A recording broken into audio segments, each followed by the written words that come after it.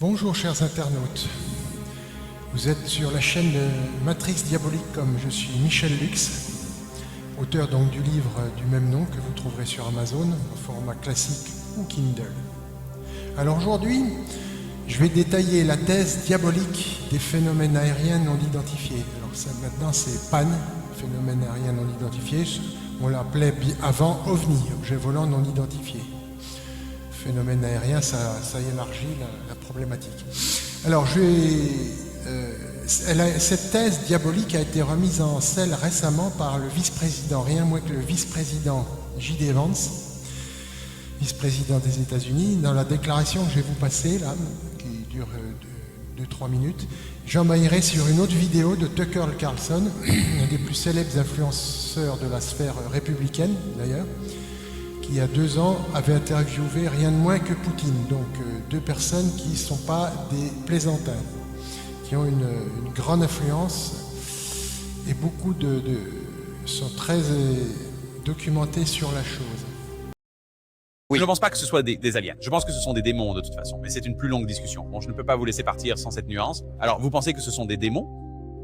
Eh bien, écoutez, je crois que ces êtres célestes qui volent un peu partout, qui font des choses vraiment étranges aux gens, je pense que ce désir de vouloir tout décrire comme étant céleste, tout, absolument tout, comme étant d'un autre monde, de le désigner, de le qualifier d'extraterrestre.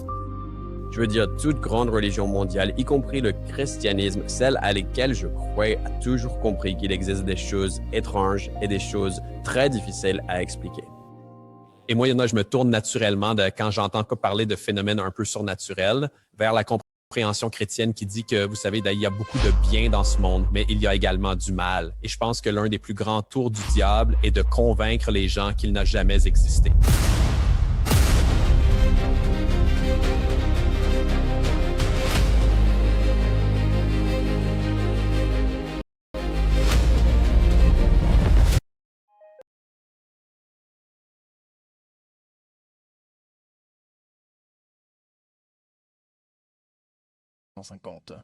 Il voyait ces soucoupes volantes, ces disques qui se déplaçaient au-dessus des montagnes. Enfin, c'est vrai. Je veux dire, le prophète Ézéchiel en parle dans le premier chapitre, des roues dans le ciel.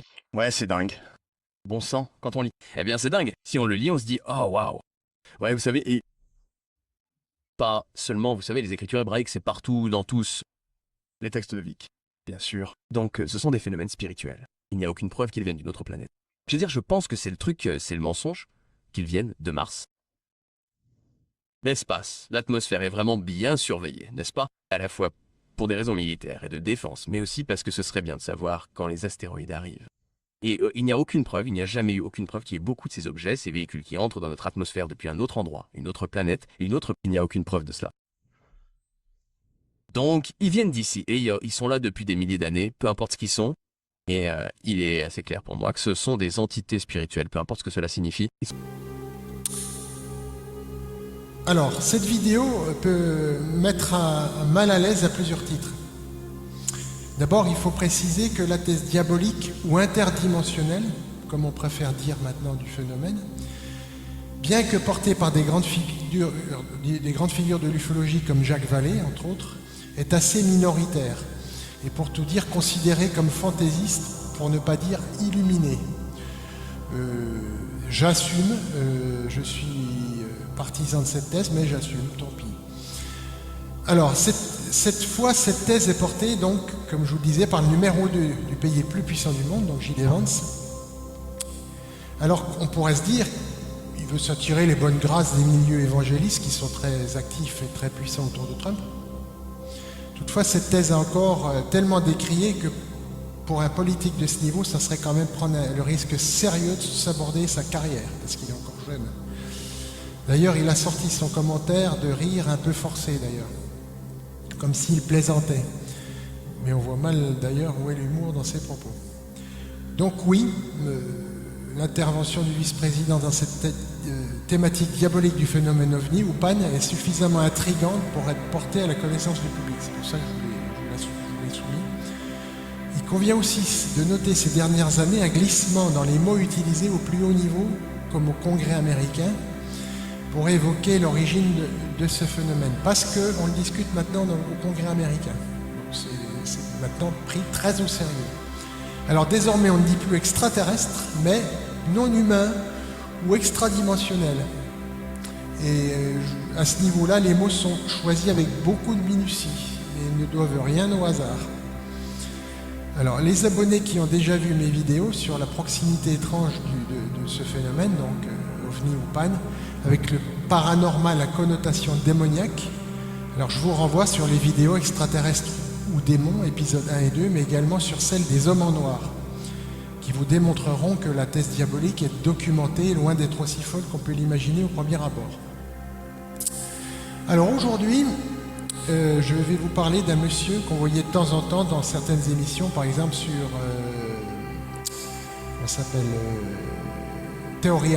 Alien Theory, pardon, sur RMC Story.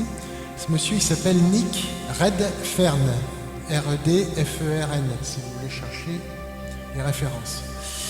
Nick Redfern est né en 1964 en Angleterre. C'est un auteur, journaliste indépendant, conférencier.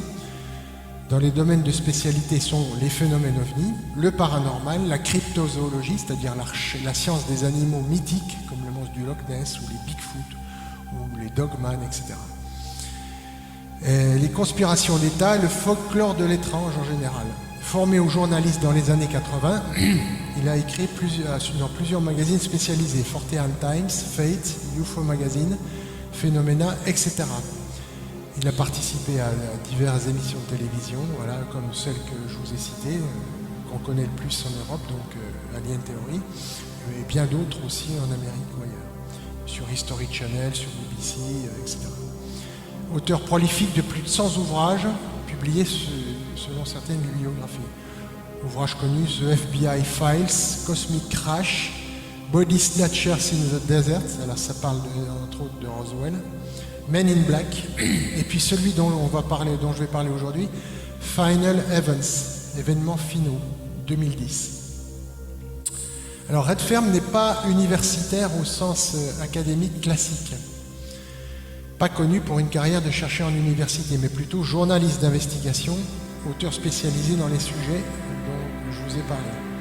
Son travail repose donc sur des témoignages, des archives, un récit d'initiés supposés, documents gouvernementaux déclassifiés, recoupements historiques. Ces ouvrages sont appréciés par certains lecteurs pour leur documentation, mais critiqués par d'autres, les sceptiques, pour l'usage fréquent de sources indirectes ou invérifiables. Donc on va, comme je disais, s'intéresser plus spécialement à Final Events, ou événements finaux, c'est-à-dire finaux au sens eschatologique ou biblique du terme, c'est-à-dire les événements qui précéderont la fin du monde, plutôt la fin du temps des nations, en fait, il faudra dire. Alors, quelle est la thèse principale de ce livre ? Nick Redfern donc, y a exploré pendant 4 ans l'existence présumée d'un groupe secret au sein du gouvernement américain, qu'il a appelé lui-même les Collins Elite. Alors, pourquoi Collins ? Parce qu'ils se réunissaient, paraît-il, dans une salle qui s'appelait la salle Collins. Donc il leur a donné un nom, mais ce nom n'existe pas en fait. C'est lui-même qui les a désignés comme ça. Selon ce groupe, les ovnis et les extraterrestres ne seraient pas d'origine extraterrestre, mais diaboliques. Des entités maléfiques, des anges déchus ou des démons qui se font passer pour des aliens afin de tromper l'humanité. Alors, structure et contenu principal de ce livre. Donc, comme je disais, ce nom de Collins Elite vient du fait que ce groupe se réunissait dans une salle qui s'appelait la salle Collins. Voilà. Alors, le livre s'appuie sur des témoignages anonymes, sauf un, on verra de qui, notamment d'un ancien membre se faisant appeler Richard Duke, des documents gouvernementaux et des recherches historiques. Les grands axes sont les suivants. Alors, les origines occultes. Redfern examine les liens entre le phénomène ovni et des occultistes comme Aleister Crowley, dont j'ai déjà parlé dans d'autres vidéos, et son contact avec une entité qu'il a appelée l'âme. Jack Parsons aussi, dont j'ai parlé dans la première vidéo sur Alien ou démon, extraterrestre ou démon, Alors Jack Parsons, c'est pas n'importe qui, c'est le cofondateur de la Jet Propulsion Laboratory, c'est-à-dire l'institution qui a travaillé sur tous les moteurs utilisés par la NASA. Alors, ce monsieur, en plus donc d'être un ingénieur très compétent et très apprécié, à ses temps perdus, chez lui, faisait de la magie cérémonielle. Et lors de ces rituels, la légende veut qu'il ait ouvert des portails permettant à des entités d'entrer dans notre monde. Portails qu'il aurait mal ou pas refermés du tout. Alors, la création de ce fameux groupe, donc Redfern m'appelle Colin Selite, le groupe se serait formé dans les années 40 à 50, initialement pour étudier les ovnis, comme une possible arme soviétique, avant de conclure un peu plus tard à une origine surnaturelle et démoniaque, notamment après la vague d'observation de 47 et de l'incident de Roswell. L'agenda démoniaque. Alors, les aliens ou ces entités poursuivraient un plan satanique, récolter les âmes humaines, mener des enlèvements, ce qu'on appelle les abductions, issus de l'anglais, dans un but spirituel maléfique, et préparer l'Armageddon et le jugement dernier. Alors, on a retrouvé ce thème chez nombreux auteurs conspirationnistes, comme on ose dire, complotistes, etc. Et ça tourne aussi du terme que vous trouverez qui s'appelle le projet Blue Beam. BEAM. Je vous invite à aller voir ce que c'est sur Internet. Le livre aborde aussi les enquêtes gouvernementales sur la vie après la mort, les expériences hors du corps, et comment ces entités pourraient exploiter l'âme après la mort. Alors, implications spirituelles et eschatologiques. Redfern, qui n'est pas particulièrement religieux, rapporte les craintes donc des membres de ce groupe, qu'il a appelé Colin Selite. L'abandon progressif de la foi chrétienne rendrait l'humanité vulnérable à ces manipulations spirituelles massives, d'après ce groupe. Alors, le livre est présenté comme une enquête journalistique sérieuse, mais spéculative. Il mélange ufologie classique, occultiste, théologie, et théorie du complot gouvernementale. Il a popularisé le concept de Colin Selite dans la communauté ufologique, même si son existence réelle reste assez controversée et non prouvée. Bon, Wikipédia le cite comme de la pseudo-histoire. Enfin, Wikipédia a une réputation maintenant pas très fiable. En résumé, Final Evans propose une vision très sombre et alternative du phénomène ovni. Derrière les lumières dans le ciel et les petits gris, ou les grands blonds, il y aurait une guerre spirituelle millénaire dont l'enjeu est l'âme humaine. Alors, le livre lui-même et ses limites. Final Events, donc, qui date de 2010, repose presque entièrement sur des sources anonymes, notamment un certain Richard Duke, dont je parlerai un peu plus tard. Sans documents vérifiables prouvant l'existence d'un groupe officiel, donc, qu'il a nommé la Colin Selite. Nick Redfern présente ça comme une enquête, mais il ne cautionne pas pleinement l'histoire et cite même un poète pour souligner qu'il rapporte ce qui lui a été dit. Historiquement, des éléments paranormaux ont bien été étudiés par des agences, MK Ultra, par des programmes de remote viewing, et tous les spécialistes qui avaient un intérêt pour l'occulte pendant la Deuxième Guerre mondiale. Mais ça ne valide pas directement quand même l'existence de ce groupe secret, concluant une conspiration démoniaque orchestrée depuis 1947. Alors le livre a évidemment des détracteurs, dont le principal est Michael Heiser, H-E-I-S-E-R, spécialiste reconnu de l'Ancien Testament, des langues anciennes et de la vision surnaturelle de la Bible. A publié en 2010 une critique détaillée et assez sévère du livre de Redfern. Sa thèse principale, donc à ce détracteur, Heiser n'est pas du tout un sceptique matérialiste, il accepte l'existence d'un monde spirituel, considère certaines abductions pourraient avoir une origine extraterrestre, cependant il rejette fermement l'idée simpliste et populaire que tous les aliens égalent démons. Et puis aussi, il dénonce le caractère de démonologie caricaturale ou cinématographique présenté dans le bouquin de Redfern. Principaux points de sa critique: manque de crédibilité globale. Le livre repose presque entièrement sur des sources anonymes. Alors, je vous citerai plus tard une source qui pourtant, elle, n'est pas anonyme. Alors, Heiser reconnaît que Redfern est transparent à ce sujet, mais note que les preuves documentaires citées sont faibles. Exemple, Jacques Parsons avait une habilitation secrète, ce qui n'est pas surprenant pour le cofondateur du Jet Propulsion Laboratory, mais il n'établit pas clairement de lien de cause à effet solide entre ces rituels occultes et les vagues d'ovnis. Là-dessus, bon, je suis un peu d'accord. C'est vrai que c'est pas clairement établi. Alors, il dit aussi démonologie naïve et caricaturale de ce groupe de gens secrets. C'est le cœur de sa critique. Selon Heiser, la vision du Colin Selite est théologiquement pauvre et non biblique. Elle accorde trop de pouvoir aux humains. Donc Crowley et Parsons auraient ouvert des portails permettant aux démons d'entrer massivement. Pour Heiser, cela revient à dire que les démons attendent que les occultistes fassent de bons gestes pour agir dans le monde. Une idée ridicule et non soutenue par la Bible.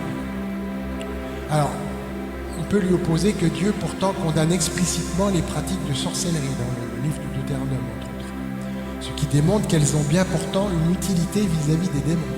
Et on se demanderait aussi pourquoi ils attendent le cas de possession après l'usage de rituels de sorcellerie et de spiritisme, comme de nombreux exorcistes du Vatican s'en sont aperçus, entre autres. Alors, il dit, ça donne une vision anthropocentrique excessive. Le monde spirituel dépendrait des actions humaines pour déployer ses plans. Alors, certes, le monde spirituel peut agir sans rien demander aux humains, on est bien d'accord, mais les rituels leur permettent de démultiplier sa puissance en se matérialisant effectivement dans notre monde. Ça, c'est moi qui le dis. Alors, il critique l'idée que les rituels de quelques personnes puissent déclencher des événements cosmiques, alors que la Bible montre que Dieu est souverain et que le mal opère souvent sans avoir besoin d'une invitation humaine précise. C'est pas faux, mais là encore, ce pasteur oublie que Dieu lui-même interdisait ces rituels, donc accordait bel et bien une puissance active à ces rituels. C'est QFD. Alors, il citait un problème théologique plus large. Il disait, la Colin Selite semble adopter une vision très populaire, sans nuance ni conscience des autres interprétations bibliques.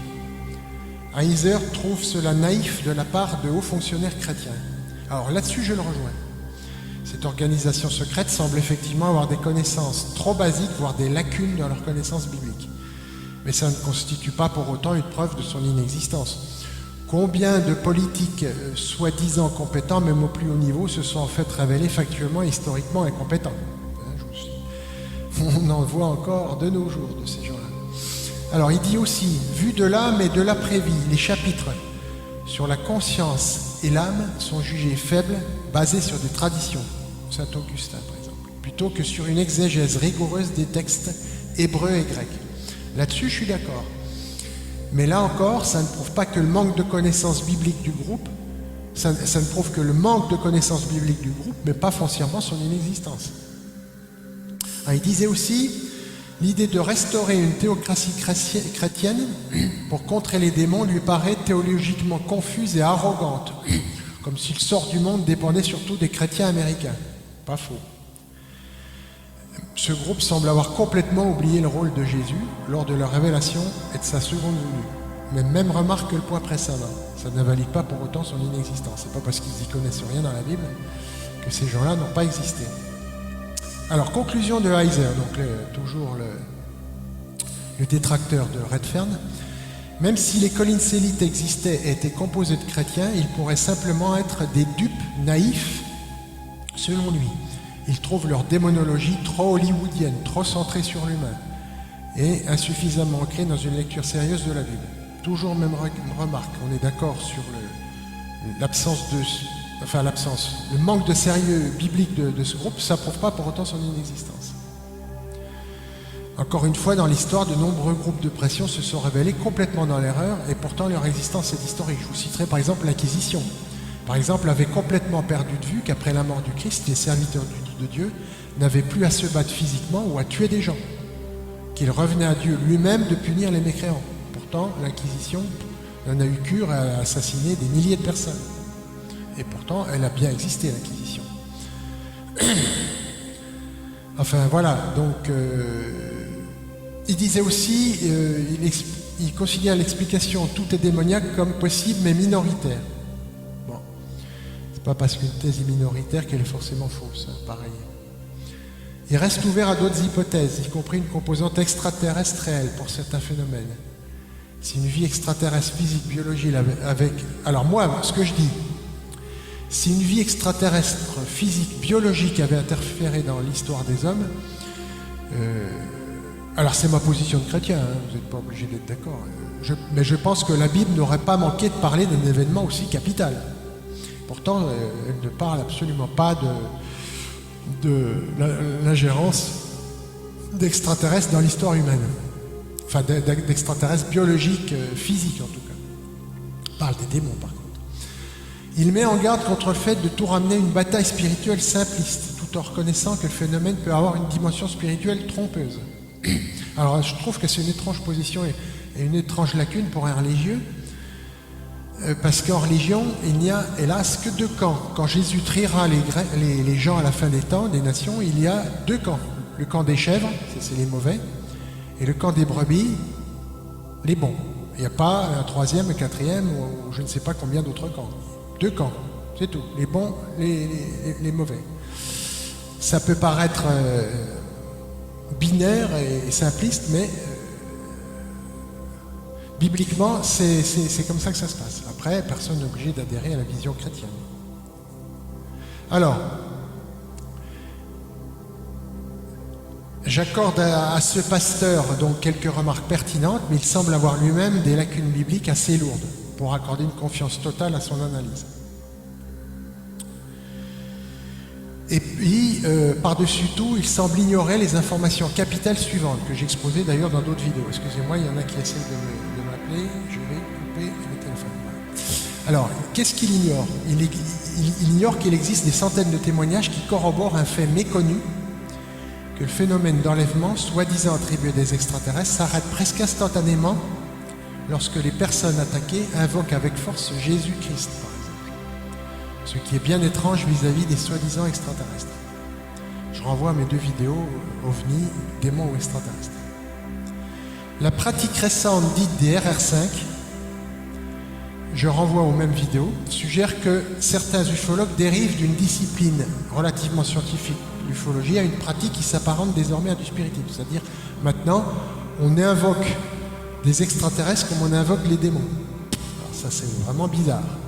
Donc, il y a une porosité entre les pratiques spirites, donc démonologiques, avec les ovnis.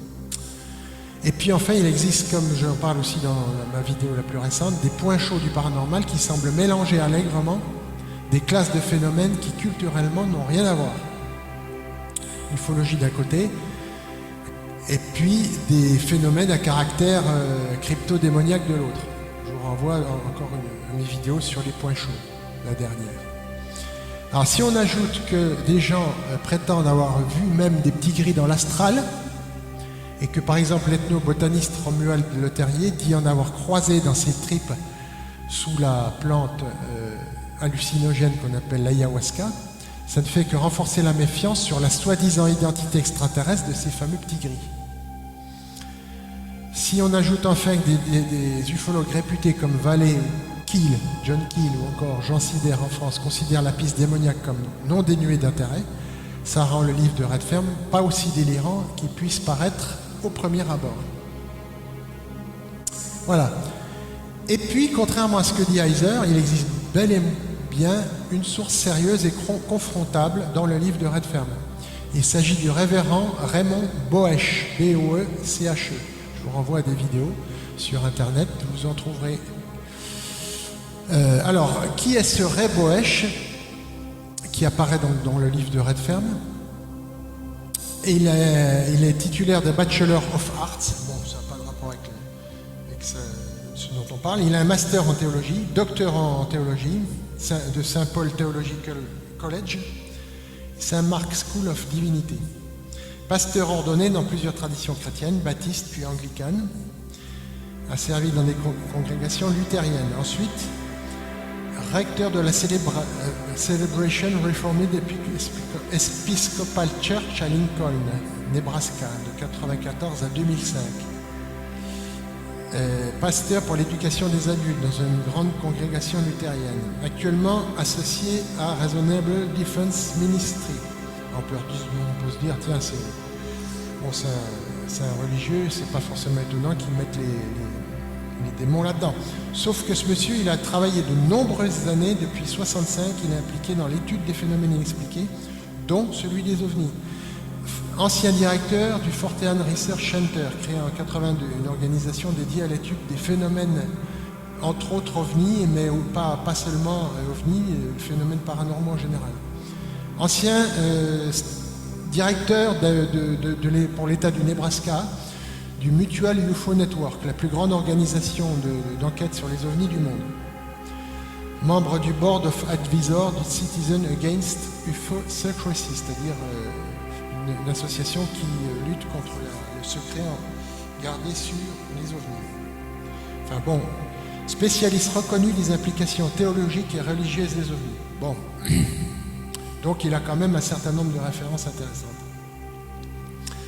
Et c'est une source centrale du livre. En novembre 1991, 2 physiciens du département de la Défense ont prétendu,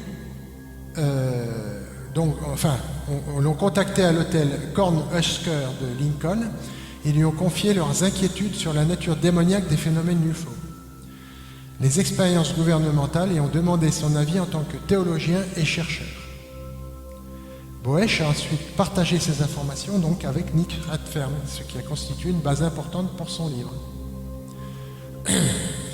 Alors, autre point notable, il a travaillé comme graphic designer pour l'université de Nebraska Press. Bon. Il apparaît dans de nombreuses interviews sur YouTube, dans des podcasts, etc. Il confirme et développe les éléments qu'il a communiqués à Redfern, tout en maintenant une certaine prudence. Il ne cautionne pas tout aveuglement et évoque la possibilité de désinformation. Alors, en résumé, Ray Boesch est un pasteur théologien protestant sérieux, avec une double casquette de chercheur en phénomènes inexpliqués et de théologien. Sa crédibilité vient à la fois de son parcours ecclésiastique donc, et de son implication ancienne dans l'ufologie, sérieuse. Voilà, si vous souhaitez des liens, faire des interviews, je vous en passerai. Enfin, dites-le moi en commentaire, plus exactement.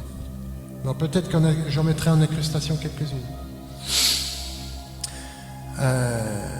Voilà, alors vous trouverez donc, oui, je vous les mettrai en incrustation, voilà, des interviews diverses. Voilà. En gros, ces interviews confirment globalement ce que Nick Redfern rapporte dans Final Events, tout en gardant une certaine prudence. Et il évoque la possibilité de désinformation. J'aborderai un petit peu ça, cette histoire à la fin. Alors, donc les résumés des déclarations de Boesch. Donc en novembre 1991, à l'hôtel Cornhusker à Lincoln, C-O-R-N-U-S-H-U-S-K-E-R, si vous trouvez des références, 2 physiciens travaillant pour le département de la Défense ont contacté Ray Boesch. Ils se sont présentés comme chrétiens, pratiquants, et ont demandé son avis en tant que pasteur et chercheur en phénomènes inexpliqués. Point clé qu'ils lui ont confié. Le gouvernement américain mène des programmes secrets pour contacter des non-human entities via remote viewing, etc. Donc des visions à distance. Ces entités ne sont pas extraterrestres au sens classique, mais d'origine démoniaque ou spirituelle maléfique. Ils ont observé des effets très négatifs sur les participants, maladies, décès, phénomènes paranormaux. Ils exprimaient, ces 2 personnes, une grande inquiétude morale et spirituelle sur la poursuite de leurs recherches. Boesch a toujours maintenu qu'il n'a pas inventé ces informations et qu'il a pu vérifier une partie de leur crédibilité professionnelle. Alors, dans l'interview avec Erika Lukes, L-U-K-E-S, UFO Classified 2018, la plus détaillée sur les Collins Elite, Boesch confirme avoir transmis ces informations à Nick Redfern. Il note que les deux physiciens n'ont jamais utilisé le nom Colin Sellitt. Donc, comme je vous le disais, c'est Redfern qui a pris un nom comme ça. Il reste prudent, il pense que le groupe ou la faction existe probablement encore, mais il ne cautionne pas tous les détails du livre de Redfern. Il relie le phénomène UFO à l'occultisme, Crowley-Parson, et met en garde contre les risques spirituels. Alors, dans les interviews Cultish, CULTI-SCH 2020-2023, il développe les liens entre l'ufologie, l'occultisme et dangers spirituels relatifs. Il parle d'une guerre spirituelle et met en garde contre les tentatives de contact, donc comme les RR5 dont je vous ai parlé, qui ressemblent à des pratiques spirites. Il évoque aussi le phénomène dont j'ai parlé dans d'autres vidéos, qui est le phénomène de Hitchhiker Effect. Alors, il faut savoir que Ray Boesch lui-même a écrit un texte intitulé UFOs Caught in a Web of Deception, ce qui veut dire un ovni attrapé dans une toile de tromperie, présenté en 1994, révisé en 2021-2022. Je vous mettrai le lien. Il y aborde les Men in Black, les abductions, donc les enlèvements par les ovnis, les liens avec le paranormal et les programmes gouvernementaux de contact avec des entités non humaines. Alors, le point significatif, c'est qu'il y est dit que des sources du département de la Défense impliquées dans des recherches dans ce sens, c'est celui qui le dit, m'ont démontré de manière concluante que cette toile de mensonges a commencé à se refermer irrémédiablement sur nous avec la récupération des débris de l'accident de Roswell en 1947. Des personnes sont manipulées à des fins sinistres. Alors, en conclusion, donc, oui, Ray Boesch confirme bien une grande partie du noyau de l'histoire de Redfern, rapporté dans Final Events. Voici ce qu'il a déclaré publiquement à plusieurs reprises, notamment dans des interviews avec Erika Lux et podcast Cultish. Alors, il a bien été contacté en novembre 91 à Lincoln, en Nebraska, par deux physiciens du département de la Défense, chrétiens pratiquants qui étaient en grande détresse morale. Ces deux hommes lui ont décrit un programme gouvernemental secret impliquant des tentatives de contact avec des non-human entities via des moyens psychiques divers. Ils étaient convaincus que ces entités n'étaient pas extraterrestres mais démoniaques ou maléfiques, que le gouvernement jouait avec des forces extrêmement dangereuses. Effets néfastes sur la santé, mort inexpliquée, etc. Il a transmis ces informations à Nick Redfern des années plus tard. Alors, Boesch lui-même a vérifié les antécédents professionnels de ces deux interlocuteurs à l'époque. Il a pu confirmer qu'ils occupaient bien des postes correspondant à ce qu'ils disaient au sein du DOD, la DIA, Direction Intelligence Agency. Nick Redfern a également fait des vérifications indépendantes par la suite. Alors, par contre, Boesch reste un petit peu plus prudent et nuancé. Il n'a jamais entendu parler du nom de Colin Sellitt. Bon, ça c'est annexe. Il ne cautionne pas tous les détails du livre de Redfern. Certains éléments proviennent de la source appelée Richard Duke, dont je vais vous parler tout de suite. Alors, Boesch, donc, comme je dis, valide le cœur du récit. Il n'est pas un croyant aveugle, mais un témoin prudent qui maintient que quelque chose de sérieux s'est passé en 91. Voilà. Alors maintenant, je vais vous parler donc de... Alors oui, c'est pas fini. Donc, je dis donc, Boesch est une source fiable et vérifiable. Donc, pasteur, ancien directeur du MUFON Nebraska, chercheur depuis 50 ans. Il a personnellement, donc je disais, vérifié la crédibilité professionnelle de ses interlocuteurs. De nombreux éléments convergents sont apparus depuis. Donc, les recherches sur les Skinwalker Ranch, les déclarations de Luis Elizondo, donc, qui travaillait pour le Patagone, qui a confirmé qu'un de ses supérieurs lui avait dit de ne pas continuer parce qu'il savait qu'il y avait un danger d'ordre diabolique dans ce phénomène. Et puis donc des ufologues respectés, comme je disais, Jacques Vallée, John Keel, etc., Jean Sidner, sont arrivés indépendamment à des conclusions très proches. Voilà. Alors, je vais vous parler maintenant de ce monsieur qui s'appelle Richard Duke. C'est un pseudonyme, hein, c'est pas le vrai nom. Et il s'agit d'une des principales sources aussi de son livre. Bon, lui par contre, on n'a pas pu le retracer parce que c'est un pseudonyme. Il s'est présenté, alors Redfern l'a rencontré entre 2007 et 2010. Il se présentait comme âgé de 86 ans environ lors de la première rencontre. Il affirma avoir été un officier de la CIA et le dernier membre survivant de la première génération de ce groupe, donc, que Redfern appelle la Collins Elite. Il aurait fait partie du groupe dès sa formation dans les années 50 et aurait participé à de nombreuses enquêtes internes sur Jack Parsons, sur les occultistes en général, sur les enlèvements, etc. Donc Redfern dit avoir été mis en contact avec lui via les réseaux de Ray Boesch. Duke est la source qui fournit la plus grande majorité des détails historiques et anecdotiques sur la création du groupe, son évolution, ses conclusions démonologiques et ses opérations internes. Alors, quelle est la crédibilité de ce personnage, donc Richard Duke?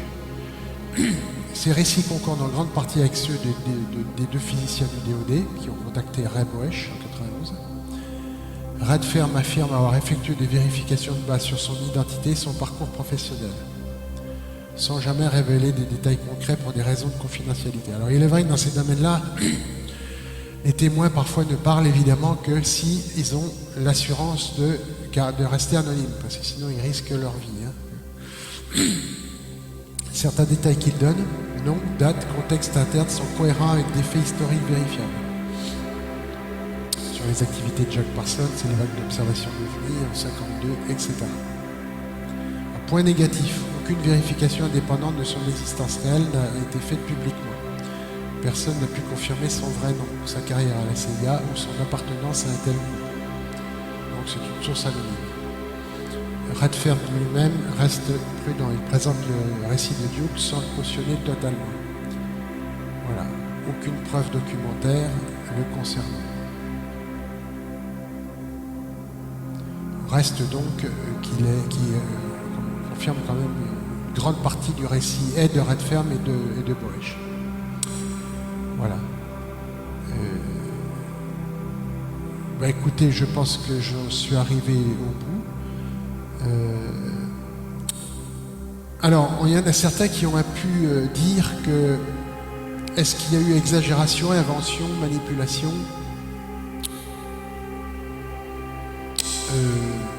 Bon, le sujet gouvernement secret démon ovni est très vendeur dans le milieu ufologique. Bon. Le livre s'est bien vendu et a popularisé le terme Collins Elite. Le narratif, donc, Duke permet de combler les trous et de donner une chronologie détaillée que Boesch seul ne pouvait pas fournir. Redfern semble réellement fasciné par l'hypothèse interdimensionnelle occulte du phénomène. Il a probablement cru, au moins en partie, à ce que Duke lui racontait. Scénario les plus probables. Duke existe et a raconté ce qu'il croyait vrai, ou une version embellie de souvenirs anciens. Redfern l'a cru suffisamment pour écrire le livre, mais sans pouvoir tout vérifier. Mélange de vrai et de romancé, des éléments de base, une faction au gouvernement qui croit à l'origine démoniaque, sont réels, confirmés par Boesch et d'autres échos. Duke l'a amplifié ou dramatisé son rôle. Bon, désinformation. Duke ou ceux qui l'ont envoyé auraient pu vouloir diffuser cette narrative pour des raisons internes, dissuader les recherches sur les ovnis, influencer certains cercles, etc. Bon, cette thèse-là, de la désinformation, j'y crois pas trop parce que la thèse diabolique reste quand même assez minoritaire. Donc, essayer de monter des affaires de désinformation sur des petits groupes qui ont si peu d'influence, enfin des groupes d'ufologues qui ont si peu d'influence, ça n'a pas un grand intérêt, parce que les autres ufologues, restant sur la thèse extraterrestre, continuent à fouiller. Donc, non, j'y crois pas. Rien n'indique que Redfern ait délibérément menti ou fabriqué ce personnage de toute pièce. Il n'a pas été pris en flagrant délit de fraude sur ce livre. Et puis, comme je vous disais, il a été confirmé par comment dire, le révérend Boesch, qui lui a lui aussi ses propres sources et puis a confirmé son récit. Globalement, je répète qu'il serait illogique de poser un socle crédible, donc vérification Boesch et ses vérifications pour ensuite ruiner tout le reste avec des gros mensonges. Le plus probable, c'est que Referme a rapporté fidèlement ce qu'on lui a raconté, en y ajoutant un peu de sauce littéraire, si j'ose dire. Enfin, en tout cas, ça rend Final Evans une source intéressante mais imparfaite. Bon, un témoignage de seconde main sur une faction réelle, enrichie, fragilisée par un insider anonyme très loquace. Voilà. Enfin bon, tout ça reste, avec tous les éléments annexes que je vous ai donnés, ça reste quand même très plausible sur l'existence d'un tel groupe et sur ce qu'il a voulu faire. Voilà, je pensais que j'ai fait le tour de la question cette fois. Comme d'habitude, mettez-moi des pouces d'approbation si ça vous a plu. Mettez des commentaires, j'en ai toujours pas. Je ne sais pas pourquoi vous n'osez pas faire des commentaires, même négatifs, ça ne me dérange pas, bien au contraire. Moi, je préfère les positifs, bien sûr, mais enfin, les négatifs me servent aussi. Voilà, donc, écoutez, je vous souhaite une bonne continuation et je vous dis à la prochaine fois.